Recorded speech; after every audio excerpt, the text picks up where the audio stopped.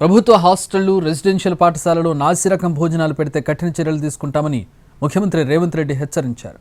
నాణ్యత పాటించకపోతే కాంట్రాక్టర్లతో ఊచలు లెక్కబెట్టిస్తామని వార్నింగ్ ఇచ్చారు. 10 ఏళ్ల బీఆర్ఎస్ పాలనలో ఒక్కరోజైనా కేసీఆర్ విద్యార్థుల్ని కలిశారా అని ప్రశ్నించారు. మరోవైపు కులగణన వల్ల ఎవరి రిజర్వేషన్లు తొలగించమని సీఎం రేవంత్ రెడ్డి స్పష్టం చేశారు. పథకాలు తీసేయడానికి సర్వే చేయడం లేదని తేల్చారు. పాఠశాలల్లో రెసిడెన్షియల్లో చదువుకుంటున్న విద్యార్థులకు అన్నం కానీ కూరగాయలు కానీ నాసి రకంగా ఉన్నాయి. ఈ నాసి రకమైన భోజనాల వల్ల వాళ్ళ ఆరోగ్యం దెబ్బతింటున్నది. నిన్న మొన్న నేను చూస్తున్న టీవీలలో, పేపర్లలో కలుషితమైన ఆహారం తీసుకొని రెసిడెన్షియల్ స్కూళ్ళలో పిల్లలు ఆసుపత్రి పాలవుతున్నారు. ఇలాంటి వాళ్లను, సరఫరాదారులను కఠినంగా శిక్షించాల్సిన అవసరం ఉన్నది. అధికారులకు అందరికీ నేను ఆదేశాలు ఇస్తున్న వేదిక మీద నుంచి నాసి రకమైన భోజనాలు పెట్టిన, నాసి రకమైన వస్తువులను సరఫరా చేసిన వాళ్ళందరూ ఊచలు లెక్కబెట్టాల్సిందే. వాళ్ళందరినీ కటకటాల వెనక్కి తొయ్యాల్సిందే.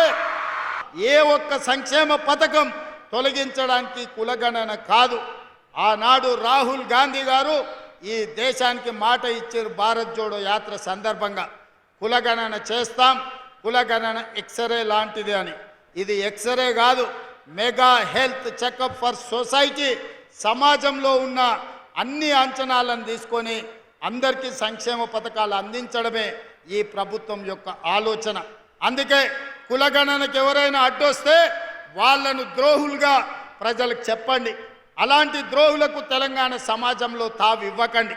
ప్రజల్ని మభ్య పెట్టడంలో కొంతమంది ఉంటారు.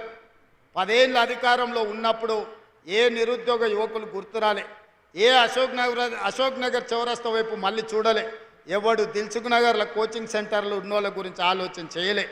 ఆనాడు తెలంగాణ ఉద్యమంలో పిల్లల్ని రెచ్చగొట్టి భావోద్వేగానికి లోను చేసి వాళ్ళు అమరులైతే వాళ్ళ శవాల మీద ఈరోజు అధికారంలోకి ఆనాడు ఎక్కి 10 ఏళ్ళు మనల్ని తొక్కిండ్రు.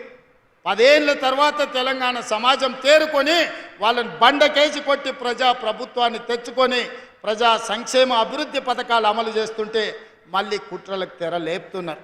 ఈ కుట్రల్ని తిప్పికొట్టాల్సిన బాధ్యత ఇక్కడికి వచ్చిన విద్యార్థులదే అని చెప్పి నేను ఈ సందర్భంగా తెలియజేస్తున్నా. ఆనాటి ముఖ్యమంత్రి గారు మనోడు పెంచుకున్న కుక్క పిల్ల చచ్చిపోతే డాక్టర్లను జైలు వేసిండ్రు. కానీ మీ గురుకులాలలో పిల్లలు చచ్చిపోతే మాసాయిపల్లిలో బడికి వేస్తున్న బస్సు, రైలు గుద్దుకొని 30 మంది చచ్చిపోతే కనీసం కన్నీళ్లు కూడా గార్చలేదు ఆనాటి ముఖ్యమంత్రి. ఆ రోజు నుంచి ఈనాడు స్వయంగా మీరెన్నుకున్న ప్రజాప్రభుత్వంలో మీ రేవంత్ అన్నను డైరెక్ట్గా చెయ్యి కలిపి మీ అన్నగా మీరు కలిసి రాలేదా? మీ మధ్యలోకి ఇట్లా నడుచుకుంటూ వచ్చి మీ రేవంత్ అన్న మీతో చెయ్యి కలిపిండా లేదా?